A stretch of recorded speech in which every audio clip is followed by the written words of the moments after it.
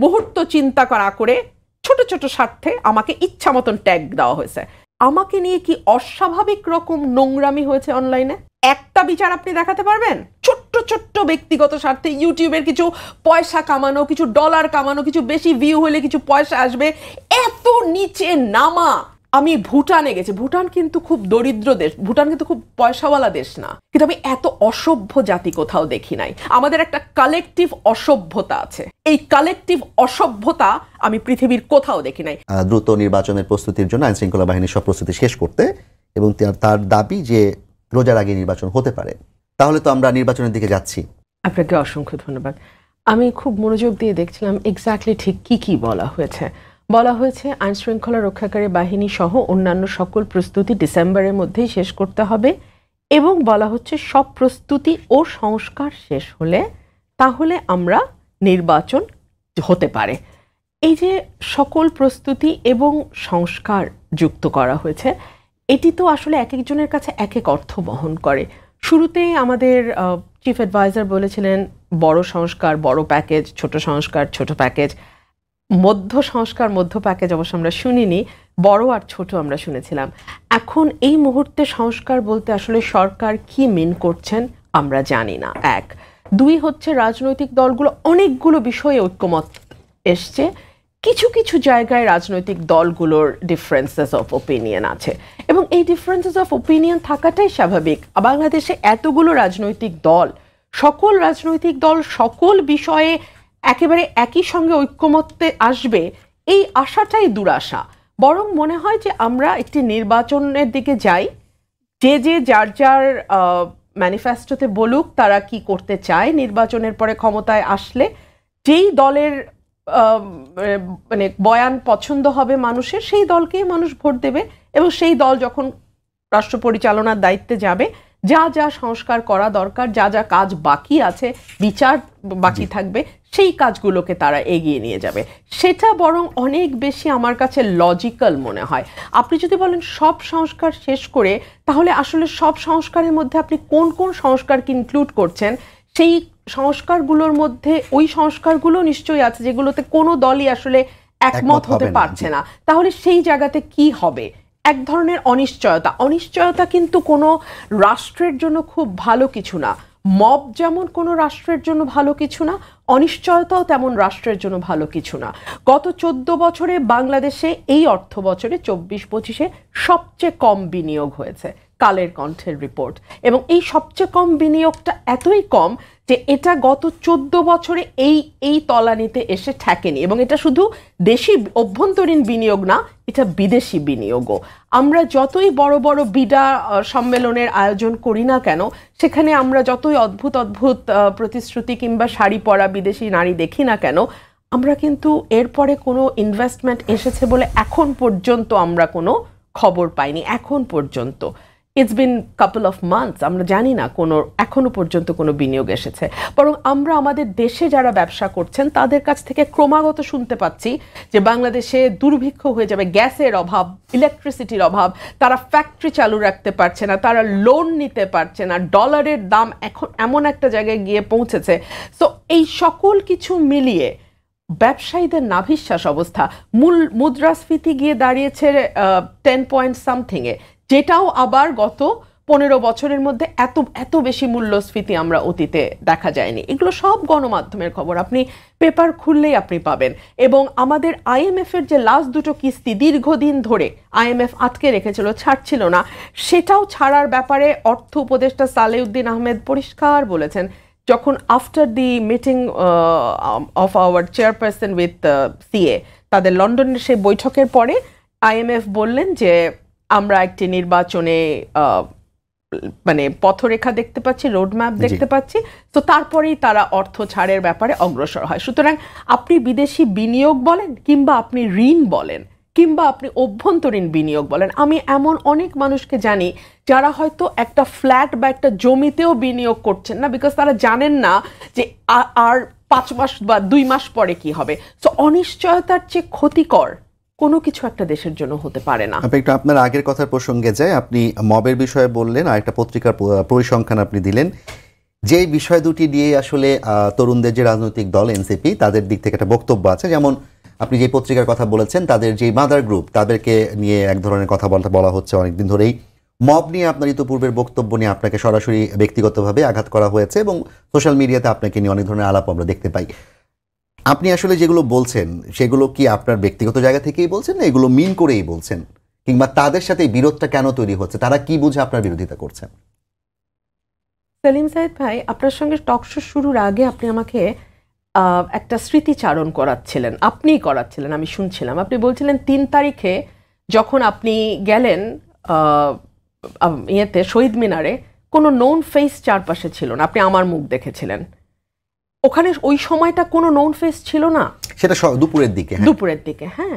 তার আগের দিনও কোনো নোন ফেস ছিল না, যখন কবি সাহিত্যিকরা এই ধানমন্ডিতে ইয়ে করে, বঙ্গবন্ধু এভিনিউতে এবং ধানমন্ডিতে মানববন্ধন করে, মানব প্রাচীর করে এবং ছবি আঁকে, রাস্তায় বসে ছবি আঁকে, আলপনা করে। সেই সময় কিন্তু আর কোনো নোন ফেস ছিল না। গত 15 বছরে আমার ভূমিকা কি, এটা মিডিয়ার চেয়ে ভালো কেউ জানে না, বাংলাদেশের মানুষের চেয়েও ভালো কেউ জানে না। আমি নিজে যখন যেটাকে সত্য মনে করেছি, সঠিক মনে করেছি, আমি তখন সেটাই বলেছি।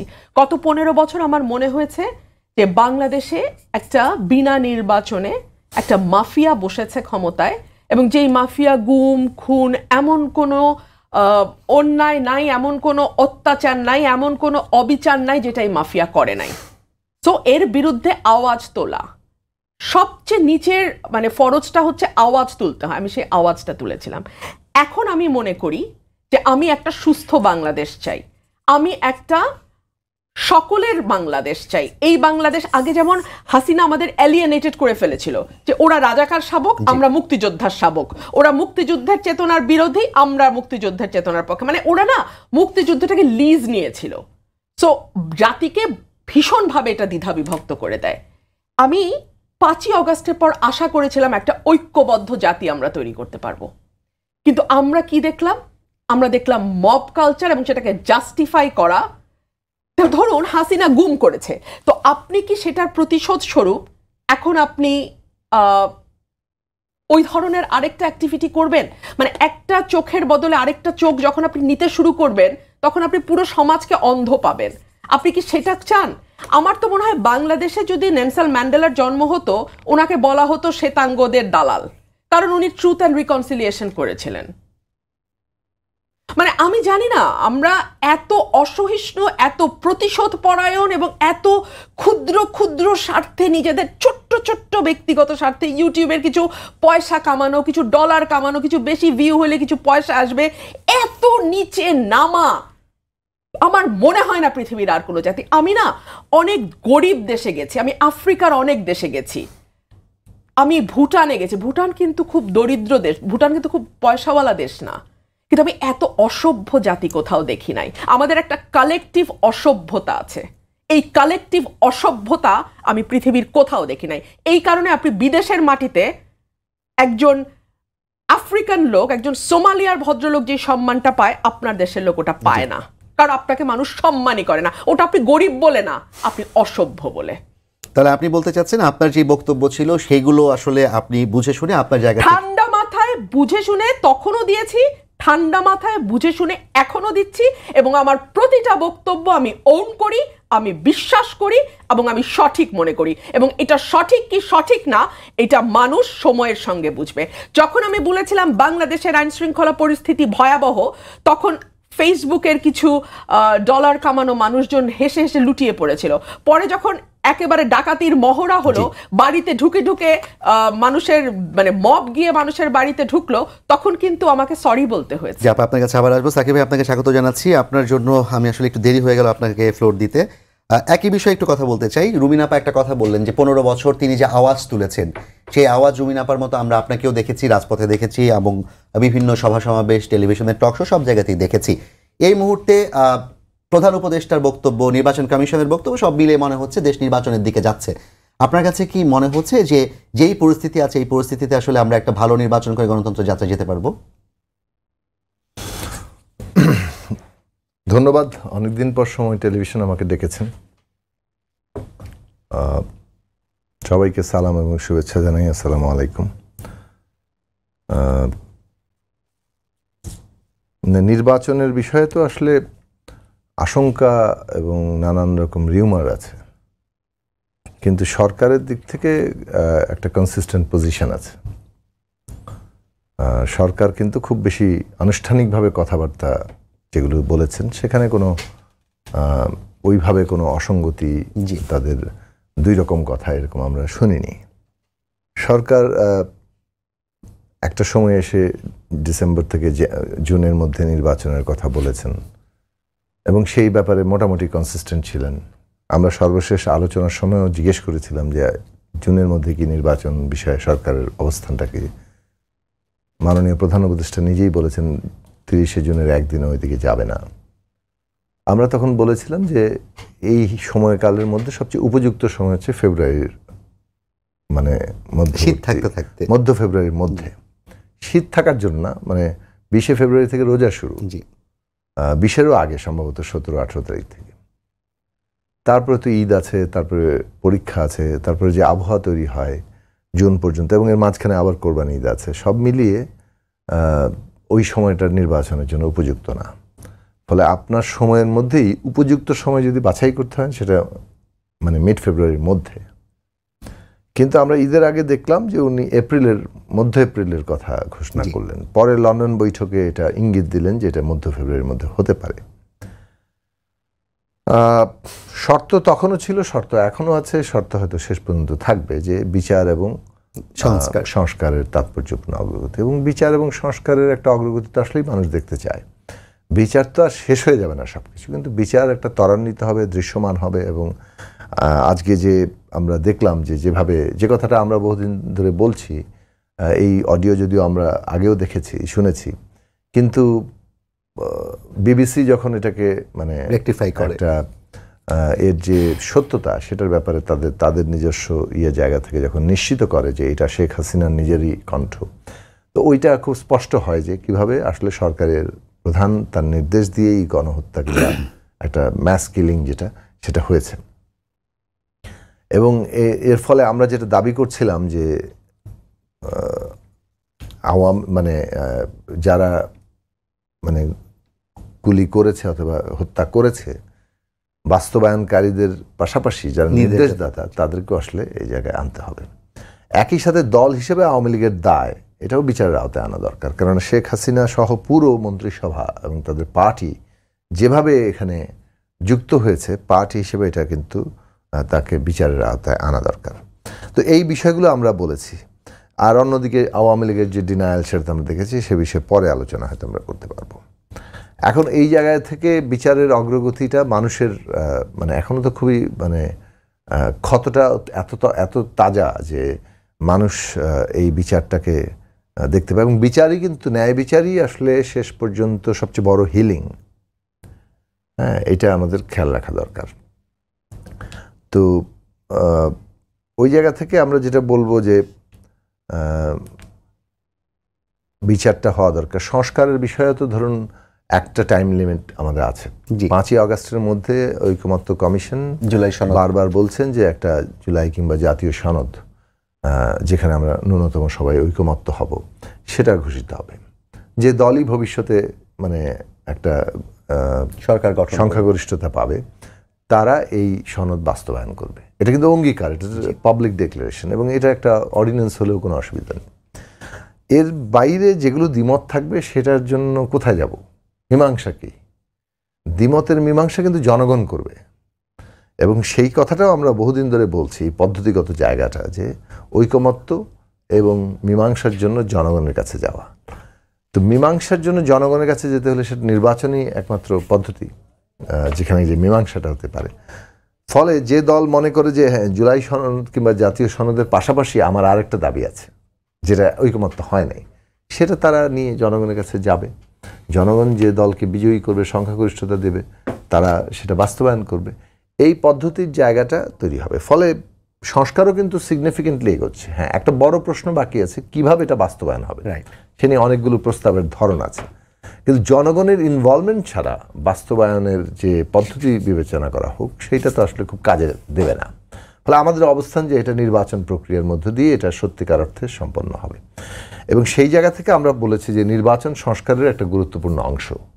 কেউ যদি মনে করে যে না সংস্কার একটা আলাদা জিনিস আর নির্বাচন একটা আলাদা জিনিস, তাহলে সংস্কার কিছু মানুষ বসে সংস্কার করে ফেলছে। সেটা কিন্তু খুব মানে একদিক থেকে বলতে পারেন যে জনগণ থেকে বিচ্ছিন্ন একটা এলিট তৎপরতা হবে, যে আমরা পিপলকে ইনভলভ করছি না। তো সেইটা আমরা সেটার পক্ষপাতী নই, এই কথাটা আমরা শুরু থেকে বলে আসছি। আমি মনে করি যে সংস্কারের ইম্পর্ট্যান্ট একটা পার্ট হচ্ছে ইলেকশন। তো ইলেকশনকে নির্দিষ্ট করা দরকার, এবং ইলেকশন যদি আরও আগে নির্দিষ্ট হতো তাহলে সংস্কারটা আরও অধিকতর মানে যাকে বলে যে গুরুত্ব এবং ফোকাসে আসতো, জনগণের ইনভলভমেন্ট বাড়তো। এখন যেমন জনগণের ইনভলভমেন্ট কিন্তু আছে, প্রতিদিন টেলিভিশন যখন এটাকে লাইভ প্রচার করে। এর আগেও তো কমিশন তো জনগণের সাথে বৈঠক করেছে, এফজিডি করেছে, না কিন্তু সেইটার চাইতেও ধরুন দ্বিতীয় দফা আলোচনা যেভাবে পুরোপুরি একটা সবগুলো পার্টি মিলে হচ্ছে, এবং দেখেন প্রথম দফার থেকে দ্বিতীয় দফার উন্নতি কিন্তু অনেক বেশি। এই যে পারস্পরিক আলোচনার মধ্যে দিয়ে একে অপরকে এঙ্গেজ করা, সমৃদ্ধ করা, তার মধ্যে দিয়ে অনেকগুলো বিষয়ে কিন্তু সবাই ছাড় দিয়ে একটা জায়গায় আমরা আসতে পেরেছি ঐকমত্যে, যেটা আসলে প্রাথমিক যার যার প্রস্তাবে আসেনি কিন্তু। ফলে ওই জায়গাটা খুব ইম্পর্ট্যান্ট, এবং এগুলো মানুষ দেখছেন, ফলে মানুষও তার পজিশন নিচ্ছেন কিন্তু, এবং আগামী নির্বাচনে তার প্রতিফলন থাকবে। এইটার মধ্যে দিয়ে যে রাজনৈতিক সচেতনতা এবং চৈতন্যের বিকাশ ঘটছে, এটা বাংলাদেশের জন্য অত্যন্ত গুরুত্বপূর্ণ একটা জায়গা।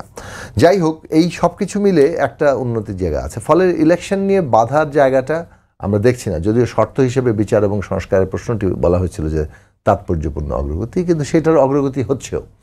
এবং সেই জায়গা থেকে ইলেকশনের ডেট বিষয়ে এসছে যে হ্যাঁ ডিসেম্বরের প্রস্তুতি সম্পন্ন করতে বলার অর্থই হচ্ছে একভাবে মধ্য ফেব্রুয়ারিকেই টার্গেট করছেন গভর্নমেন্ট। এখন এইটা আমরা এই কারণে সরকারকে এই ঘোষণাকে মানে এর আগের ঘোষণাও যেমন ইতিবাচক বলেছি, এটাকে আমরা অত্যন্ত ইতিবাচকভাবে দেখতে চাই এক নম্বর। এবং একই সাথে কথাটা স্পষ্ট করে বলা দরকার যে এই যে সারা ঢাকা শহর মানে রাজনৈতিক মহলে, কনসার্ন মহলে যে একটা জিনিস বেরিয়ে গেছে যে নির্বাচন কি আদৌ হবে, যে কেউ প্রশ্ন করলে ভাই সামনে ইলেকশন হচ্ছে, আচ্ছা ইলেকশন কি হবে, এই যে একটা প্রশ্ন, এই প্রশ্নটা যে ছড়িয়ে দেওয়া হচ্ছে একটা অনিশ্চয়তা, এইটার মধ্যে দুটো অ্যাসপেক্ট আছে। একটা তো হচ্ছে যে পলিটিক্যালি আপনি একটা অনিশ্চয়তা তৈরি করছেন, অস্থিতিশীলতা তৈরি করতে চাচ্ছেন, এর যে আরও অন্যান্য প্রভাব আছে অর্থনৈতিক, সামাজিক এবং এর জিওপলিটিক্যাল সব কিছু, এই জায়গাগুলোকে আমরা তো এখন আর খুব নিরীহ তৎপরতা হিসেবে দেখতে পাচ্ছি না। এইটা নির্বাচন মানে আমাদের বিচার, সংস্কার, নির্বাচন এটা সম্পন্ন করার মধ্য দিয়ে এটা আমাদের রাজনৈতিক উত্তরণ ঘটাবে, এবং সেইটা আমাদের দেশের জন্য অত্যন্ত জরুরি, মানে এই মুহূর্তে সবচেয়ে প্রধান জায়গা। এবং এটার সাথে আমাদের দেশের নিরাপত্তা, আমার অস্তিত্ব অনেকখানি যুক্ত হয়ে পড়েছে। কাজেই যারাই এইটা কোনোভাবে ক্ষতিগ্রস্ত করার চেষ্টা করবেন তারা আসলে জাতীয় স্বার্থের বিরুদ্ধে দাঁড়াচ্ছেন। ফলে নির্বাচন নিয়ে যে আশঙ্কা তৈরি করা, এইটা সম্পূর্ণভাবে জাতীয় স্বার্থ বিরোধী একটা তৎপরতা। এবং আমরা সাধারণত ষড়যন্ত্রকে খুব বেশি গুরুত্ব দিই না, কিন্তু এটাকে আমরা একটা ষড়যন্ত্র হিসেবেই দেখতে পাচ্ছি। এখন যে যা কারণেই করুক, কিন্তু কোনো মহৎ চিন্তা থেকে করলেও সেটা যে শেষ পর্যন্ত জাতীয় স্বার্থের বিরুদ্ধে যেতে পারে, সেই জায়গাটা আছে। অনেক ব্যক্তি মনে করেন তিনি খুব মহৎ চিন্তা করছেন, শেখ হাসিনাও মনে করতেন মহৎ চিন্তা করছি, কিন্তু মহৎ কাজ করতে গিয়ে আমি এমন একটা কাজ করলাম যেটা পলিটিক্যাল প্রসেসকে আসলে ক্ষতিগ্রস্ত করে, এবং সেইটা কখনোই একটা জাতীয় স্বার্থের অনুকূল হতে পারে না, প্রতিকূলে যাবে। যে সমস্ত অতি আবেগী মানুষ, তাদের প্রতি সম্মান রেখেই বলছি যে আপনারা রাজনৈতিক প্রক্রিয়াকে মানে যদি দাঁড়াতে না দেন, তাহলে এটা খুব মানে খারাপ পরিণতি আনবে।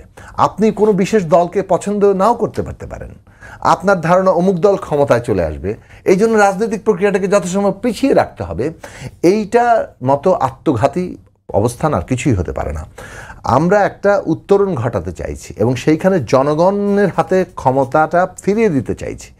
মানে জনগণের তো ক্ষমতার কেন্দ্র, সেইটা কেড়ে নেওয়া হয়েছিল, সেইটা যাতে জনগণের হাতেই প্রতিষ্ঠিত হয়, সেইটা প্রতিষ্ঠা করতে চাচ্ছি। এই যে রাজনৈতিক উত্তরণটা, এখানে জনগণের ভূমিকা আছে।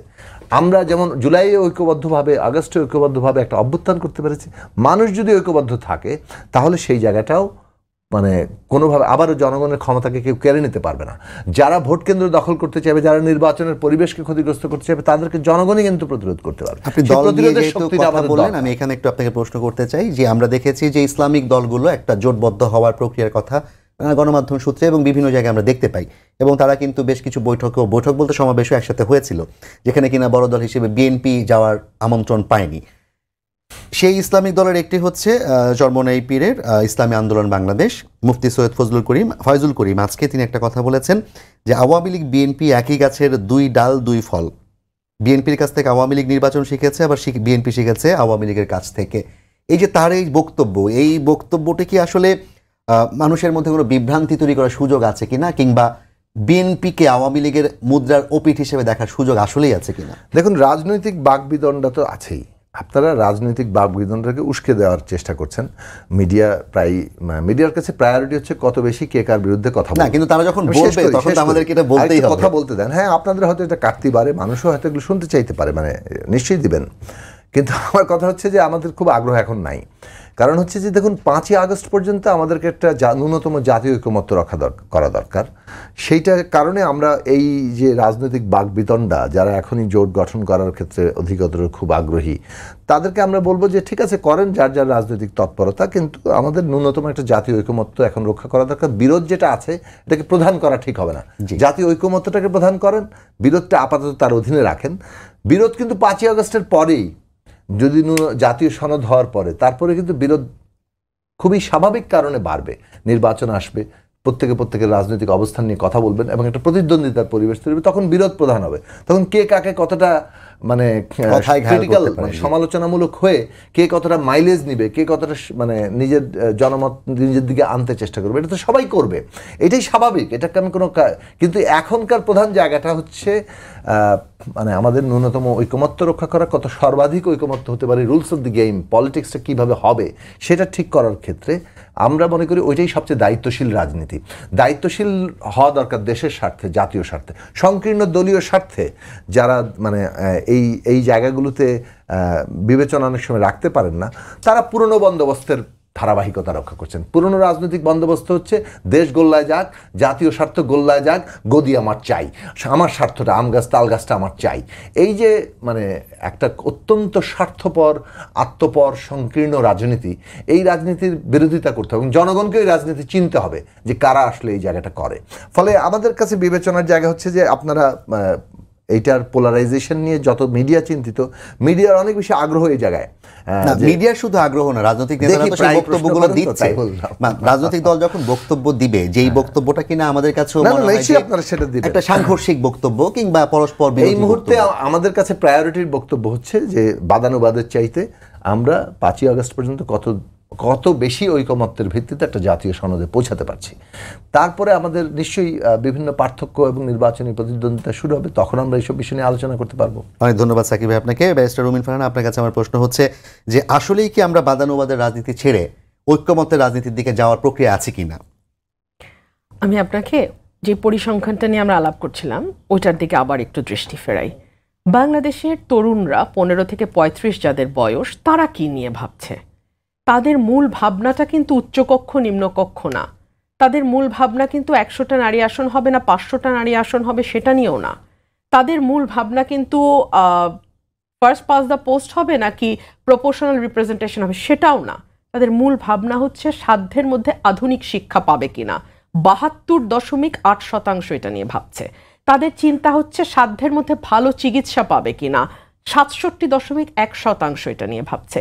দুর্নীতি এবং স্বজনপ্রীতির অবসান হবে কিনা 65% ভাবছে।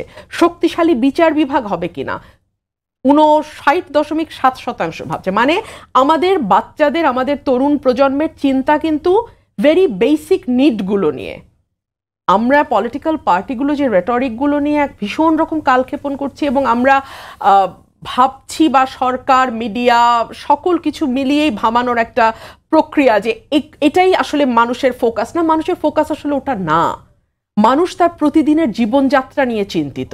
শিক্ষা, স্বাস্থ্য, চিকিৎসা, আইন শৃঙ্খলা পরিস্থিতি, সুষ্ঠু বিচারটা সে পাবে কিনা সেটা নিয়ে সে চিন্তিত। কিন্তু আপা যেটা আপনি বলছেন মানুষ চিন্তিত, এবং সংস্কার কমিশন, প্রত্যেকটা সংস্কার কমিশন, শিক্ষা খাতে তো সংস্কার কমিশন হয়ই না এবং চিকিৎসা খাত করতে পারেননি তারা।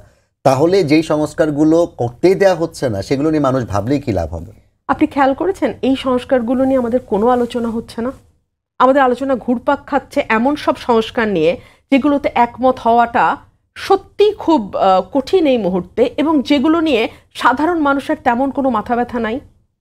তো আপনি আমাকে বলেন, এই টেকনিকটাকে আপনি কি জনস্বার্থপন্থী বলবেন, নাকি ইলেকশনকে পিছিয়ে দেওয়ার একটা ষড়যন্ত্র হিসেবে দেখবেন? এটা আপনি একদম সাদাভাবে চিন্তা করে বলেন। কোনো এজেন্ডা যদি মাথায় নিয়ে চিন্তা না করেন, তাহলে আপনার কাছে এটা স্পষ্ট হয়ে যাবে যে এটা আর কিছুই না, একটা নির্বাচন প্রক্রিয়াকে বিলম্বিত করার চেষ্টা। এখন প্রশ্ন আসতে পারে, এই নির্বাচন প্রক্রিয়াকে বিলম্বিত করার চেষ্টাটা কেন? এই মুহূর্তে বাংলাদেশে যদি একটা নির্বাচন হয়, এনসিপি হচ্ছে তরুণদের একটা সংগঠন, সেই তরুণদেরই জরিপ বলছে যে অলমোস্ট 39% তরুণ তারা বিএনপিকে ভোট দেবে, আর তরুণদের দলকে দিবে 15%। কিন্তু তরুণরা, এই তরুণদের যে দল নতুন গঠিত হয়েছে, তারা তো এখন সকল রকম সুযোগ সুবিধা পাচ্ছে। আমি একটা সুযোগ সুবিধার উদাহরণ দিই, সুবিধাটা পাওয়াতে আমি খুশি হয়েছি, সেজন্য উদাহরণটা আমি দিচ্ছি। তাসনিম জারা একজন মানে প্রমিনেন্ট নেত্রী এনসিপির, তার ব্যাপারে অবমাননাকর মন্তব্য করার জন্য একজনকে মানে আইনের আওতায় আনা হয়েছে এবং সম্ভবত তাকে বরখাস্তও করা হবে। না, সার্জিস আলমের বিরুদ্ধে বোধহয় একজন পোস্ট দিয়েছিলেন সরকারি কর্মকর্তা, তারপরে হচ্ছে। জি, গত 15 বছরে এবং গত 1 বছরে আমাকে নিয়ে কি অস্বাভাবিক রকম নোংরামি হয়েছে অনলাইনে? একটা বিচার আপনি দেখাতে পারবেন? আপনি কি মনে করেন মানুষ এগুলো লক্ষ্য করে না? মানুষ করে। তার প্রমাণ কি জানেন? তার প্রমাণ হচ্ছে এই যে 59% একটা নিরপেক্ষ পক্ষপাতহীন বিচার বিভাগ নিয়ে চিন্তিত। এটার প্রমাণ হচ্ছে আমরা যে বারবার বলছি যে কথাগুলো, আমি যে এই যে মব, যেটা একটা বাংলাদেশের কালচার হয়ে দাঁড়িয়েছে, এটা নিয়ে শঙ্কিত 71% মানুষ এই তরুণদের মধ্যেই। তার মানে বাকি 29% তার বিবেক বুদ্ধি সকল কিছু খোয়ালেও এই 71.5% তরুণ কিন্তু সেটা খোয়ায় নাই। তার টেনশন মব নিয়ে, তার টেনশন হচ্ছে অগ্নিসংযোগ, দস্যুতা কিংবা চুরি, অর্থাৎ আইন শৃঙ্খলা পরিস্থিতি নিয়ে চিন্তিত 80%, অনিরাপদ বোধ করে 61%, এবং পক্ষপাতদুষ্ট গ্রেপ্তার ও বিচার প্রক্রিয়া, যেটা নিয়ে আমি শুরু থেকে কথা বলেছি, এবং 15 বছর নিরবচ্ছিন্ন লড়াই করার পরেও এক মুহূর্ত চিন্তা করা করে ছোট ছোট স্বার্থে আমাকে ইচ্ছা মতন ট্যাগ দেওয়া হয়েছে যে নিরপেক্ষ বিচার গ্রেপ্তার প্রক্রিয়া বাধাগ্রস্ত হচ্ছে, সেটা নিয়ে চিন্তিত 56%। সুতরাং যারা দুষ্ট তাদের হইচইটা হয়তো অনেক বেশি শোনা যায়, কিন্তু সেইন পিপল যারা ঠান্ডা মাথায় ভালো মন্দটা বিচার করে এবং নিজের স্বার্থের বাইরে গিয়ে সার্বিক কল্যাণের ব্যাপারে ভাবে, সেই সংখ্যাটা কিন্তু খুব কম না। আপনাকে ধন্যবাদ সাকিব ভাই। আমাদের সময় একদম শেষ পর্যায়ে চলে এসেছি। আপনি যদি একটু বলতেন যে আপা যে কথাগুলো বললেন, তরুণদের যে ভাবনা, সেই ভাবনার সাথে রাজনৈতিক দলগুলোকে অ্যালাইন করতে পারছে কিনা, সামঞ্জস্যপূর্ণ কিনা তাদের রাজনীতি। প্রথম কথা বলি, দেখুন জরিপ তো মানে এক একটা জরিপের এক এক রকম ফলাফল আসে, পার্থক্য হয়, এবং পক্ষ বিপক্ষ যেভাবে সেটাকে নেয়, যার পক্ষে বেশি যায় তখন ওই জরিপটা বেশি প্রাধান্য পায় রেফারেন্সে। আমি জরিপ খুব মানে বাংলাদেশের জরিপের উপরে খুব বেশি যে ভরসা করার মতো ইতিমধ্যে বাস্তবতা তৈরি হয়েছে তা না, কারণ আমাদের দেশে আমরা আগেও জরিপ দেখেছি, সব জরিপে শেখ হাসিনা সবসময় আগিয়ে থাকতেন। আমাদের বক্তব্য অন্য জায়গায়। আমি রুমিনের সাথে এই বিষয়ে, সব বিষয়ে তারা আমরা একমত হতে পারবো না, আমরা এই বিষয়ে আমি বেশ দ্বিমত পোষণ করি। এই জায়গা থেকে যে দেখুন বাংলাদেশের রাজনৈতিক সমস্যাটা কি, সেটা হচ্ছে যে এখানে ক্ষমতার একটা কেন্দ্রীকরণ ঘটেছে 72 সাল থেকে, এবং সেটা ক্রমাগত বেড়েছে এবং শেখ হাসিনা এটাকে একটা তুরীয় জায়গায় নিয়ে গেছে। এই ক্ষমতার কেন্দ্রীকরণের ফলে কোনো জবাবদিহিতা ছিল না, যার ফলে কোনো প্রতিষ্ঠান দাঁড়ায় নাই, সব কিছু পকেটে ভরে এক কমান্ডে উনি বলে দিতে পারেন যা ইচ্ছা তাই করা যায়। ভোটটা পর্যন্ত শেষ পর্যন্ত নাই হয়ে গেছে। ফলে সংস্কার যে দরকার, এটা বিএনপি যে এই ধরনের ব্যবস্থায় মানে বেশ কয়েকবার ক্ষমতায় এসছে, ফুল টার্ম তারা ছিল, ক্ষমতার সুবিধা অসুবিধা সব কিছুরই ভাগিদার তারা ছিল, তারাও কিন্তু পুরো সিস্টেমের বাইরে ঠেলে দেওয়া হয়েছে। মানে ইলেকশনের বিএনপির অবস্থা কি নেওয়া হয়েছে 2018 সালে আমরা দেখেছি। তার ফলে তারাও কিন্তু সংস্কারের প্রয়োজনীয়তাটা অনুভব করেছে। জি, সংস্কারটা যে দরকার, পরিবর্তনটা। এখন আসলে আমাদের কি দরকার? আমাদের দরকার ক্ষমতার ভারসাম্য। একটু শেষ করে আনবেন ভাই। হ্যাঁ, শেষ করছি। ক্ষমতার ভারসাম্য দরকার। ক্ষমতার ভারসাম্যের জন্য যা কিছু আবশ্যিক, যা কিছু অপরিহার্য, না করলেই নয়, সেটা বাংলাদেশের প্রধান এজেন্ডা। এখন আমাদের তরুণরা যদি ওইটাকে প্রধান মনে না করেন, তার মানে কিন্তু ওইটার গুরুত্ব কমে যায় না। জরিপে যদি তরুণদের ওই প্রশ্ন না হয়, তাহলে আর্টিকেল 70 মানে সংস্কার করতে হবে, এটা গুরুত্ব কমে যায় না। প্রধানমন্ত্রী কত মেয়াদে থাকবেন, অথবা আমাদের সাংবিধানিক পদগুলোতে কে নিয়োগ দিবে, কিংবা আমাদের পিআর সিস্টেম আপার হাউসে অ্যাটলিস্ট হবে কিনা, 2 কক্ষের ভারসাম্য হবে কিনা, প্রেসিডেন্ট প্রাইম মিনিস্টারের ভারসাম্য হবে কিনা, কিংবা জুডিশিয়ারি আলাদা হবে কিনা, এই বিষয়গুলোর গুরুত্ব কোনো অংশ কমে না। কারণ এই বেসিক রুলস অফ গেম ছাড়া কোনো রাজনৈতিক ব্যবস্থা গণতান্ত্রিক আমাদের প্রত্যাশাও হচ্ছে